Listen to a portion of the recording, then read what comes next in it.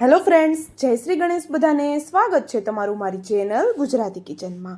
ગરમીમાં સાંજ માટે એક બેસ્ટ અને નાની એવી રેસીપી લઈને હું આજે આવેલી છું. પચવામાં એકદમ હળવું, ખાવામાં ટેસ્ટી અને બનાવવામાં એકદમ જ સરળ છે. વધારે કિચનમાં ઊભા પણ નહીં રહેવું પડે અને ખાસ ખાધા પછી પેટ ભારે બિલકુલ નહીં લાગે. રેગ્યુલર થેપલા, મુઠિયા, ઢેબરા, ઢોકળા, ભજીયા ખાઈ કંટાળ્યા હોય અને એક પણ ટીપ્પા તેલ વગર કંઈક નવું ટેસ્ટી બનાવવું હોય તો ઝટપટ બનતી આ રેસીપી બેસ્ટ છે. દૂધીનો ભરપૂર માત્રામાં ઉપયોગ કરશું, પણ બાળકો તો બાળકો, મોટાઓને પણ ખબર નહીં પડે કે આ રેસીપી દૂધીથી બનેલી છે. તો ચાલો બનાવવાનું શરૂ કરીએ. તો એના માટે સૌપ્રથમ આપણે અહીંયા એક મોટી સાઇઝની દૂધી લીધી છે. દૂધી છે એ ખૂબ મોટી છે, તો આપણે એના બે ભાગ કરી અને એની ઉપરનો ભાગ હટાવી અને એની છાલ આપણે હટાવી લઈએ. દૂધીને પહેલેથી જ આપણે ધોયેલી છે, તો આગળ આપણે ધોવાની જરૂર નહીં પડે. અને દૂધી છે બને ત્યાં સુધી આપણે કુમળી લેવાની છે, જેથી કરીને આપણી રેસીપી છે એકદમ ફટાફટ બનીને તૈયાર થઈ જાય અને સાથે રેસીપીનો ટેસ્ટ પણ સારો આવે. જનરલી દૂધી ખાવાનું કોઈ પસંદ નથી કરતું, પણ આ રેસીપી તમારી ઘરે પણ અઠવાડિયામાં 2 થી 3 વખત તો બનવાની જ છે, કારણ કે એટલી બધી ટેસ્ટી બને છે. હવે દૂધીની ઉપરની છાલ આપણે હટાવી લીધી અને જાડા હોલવાળી ખમણીથી આપણે દૂધીને ખમણી લેવાની છે. તો જો અહીંયા દૂધી કુમળી છે એટલે હું આખી દૂધીને ખમણી લઉં છું. બિયાનો ભાગ નથી આમાં એટલે નથી હટાવતી. તમે જો થોડી બિયાવાળી દૂધી લીધી હોય તો એનો વ્હાઈટ જે ભાગ હોય છે, વ્હાઈટ પાર્ટ, એને આપણે હટાવી દેવાનો છે. અહીંયા અંદાજે 1 કપ જેટલું આપણું દૂધીનું છીણ થયેલું છે. તો આગળ એ પ્રમાણે આપણે બીજી વસ્તુ એડ કરવાની છે. તો 1 કપ દૂધીનું છીણ છે, એની સામે આપણે 1 કપ જેટલો રવો એડ કરી દઈએ. અત્યારે મેં ઝીણા રવાનો ઉપયોગ કરેલો છે. જાડો રવો તમે લેતા હોય તો થોડો મિક્સરમાં આપણે એને ચલાવી લેવાનો છે.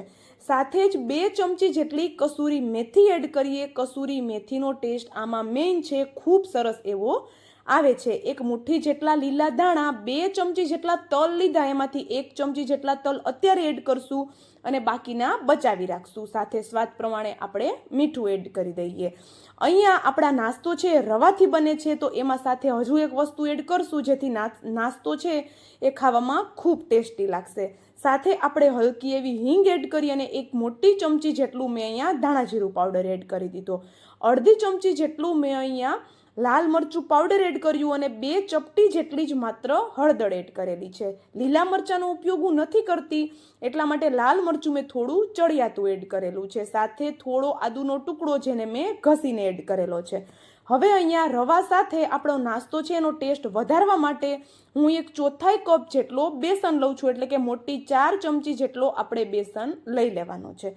રવો અને બેસન બંને વસ્તુનું કોમ્બિનેશન એકદમ જોરદાર આવે છે અને બેસન લીધો છે અને સાથે નાસ્તો આપણે ઇન્સ્ટન્ટ બનાવીએ છીએ, તો અહીંયા મેં 1 કપ જેટલી છાશ લીધેલી છે.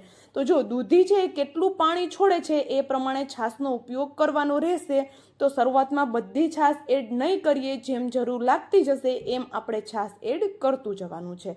અત્યારે મારે 1 કપ જેટલી છાશનો ઉપયોગ થઈ ગયેલો છે.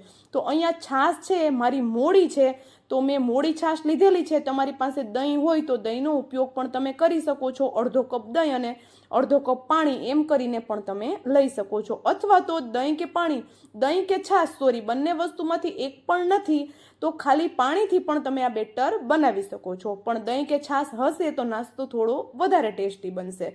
હવે એકદમ સરસ એવું મિક્સ કરી લઈએ અને આ બેટર પાતળું ન થઈ જાય એ વાતનું ખાસ ધ્યાન રાખશું, કારણ કે દૂધી આપણે સારા એવા પ્રમાણમાં લીધેલી છે.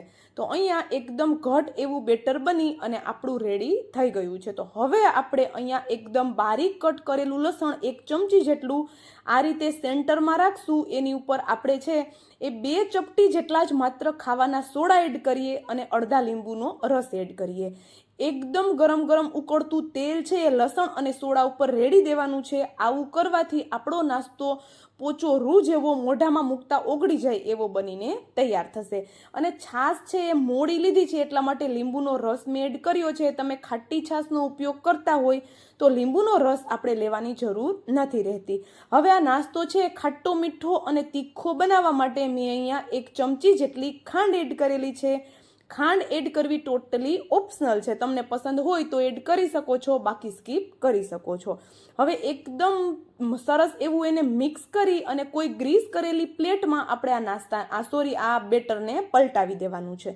તો બેટર તમે જોઈ શકો છો એકદમ ઘટ રાખેલું છે. જો હું તમને વારે વારે એક વાત કહું છું, એનું કારણ એ છે કે આપણે જે દૂધી લીધેલી છે સારા એવા પ્રમાણમાં, એ જ્યારે સ્ટીમ થશે ત્યારે જે એનું પાણી છે એ છૂટશે, અને જો પહેલેથી બેટર પાતળું હશે તો નાસ્તો ચડવામાં ખૂબ વાર લાગશે.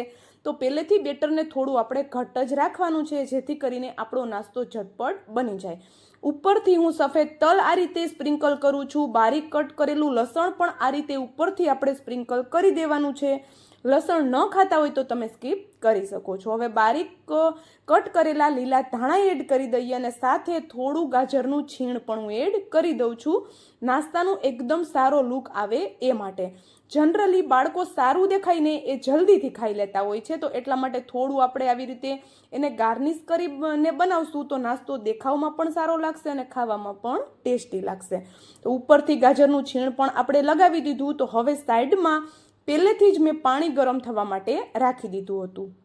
જનરલી તમે મુઠિયા ઢોકળા કે લાઈવ ઢોકળા તો બહુ બનાવતા હશો, પણ એક વખત દૂધીના આ ઢોકળા બનાવી જોવો, એટલા ટેસ્ટી લાગે છે ને કે તમે આને વારંવાર બનાવશો અને બાળકોના તો આ ફેવરિટ થઈ જશે.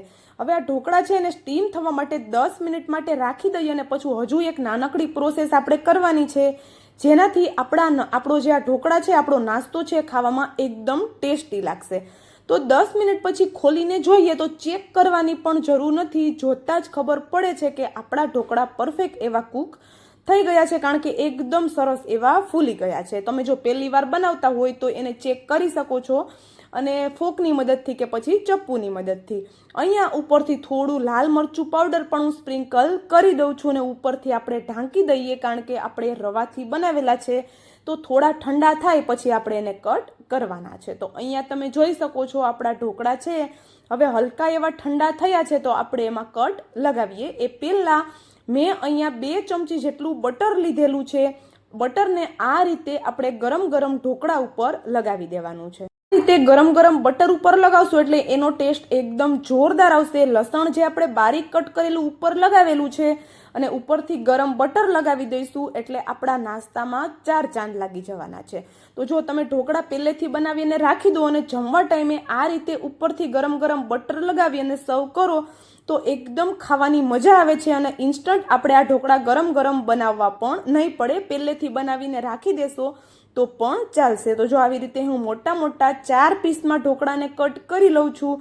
અને હા, જો તમને અત્યાર સુધીનો વિડીયો થોડો પણ પસંદ આવ્યો હોય તો વિડીયોને લાઇક, શેર, અને ચેનલ પર નવા હોય તો જલ્દીથી ચેનલને સબસ્ક્રાઈબ કરી દેજો, આવા જ નવા અને એકદમ સરળ એવા વિડીયો જોવા માટે. તો જો અહીંયા આપણા ઢોકળા છે બનીને એકદમ રેડી થઈ ગયા છે. ઘરમાં બાળકો હોય તો ઉપરથી થોડું ચીઝ પણ તમે એડ કરી શકો છો. તો ચાલો હવે આપણે મળશું આવા જ એક નવા વિડીયો સાથે. ત્યાં સુધી જય શ્રી ગણેશ બધાને, and thank you for watching.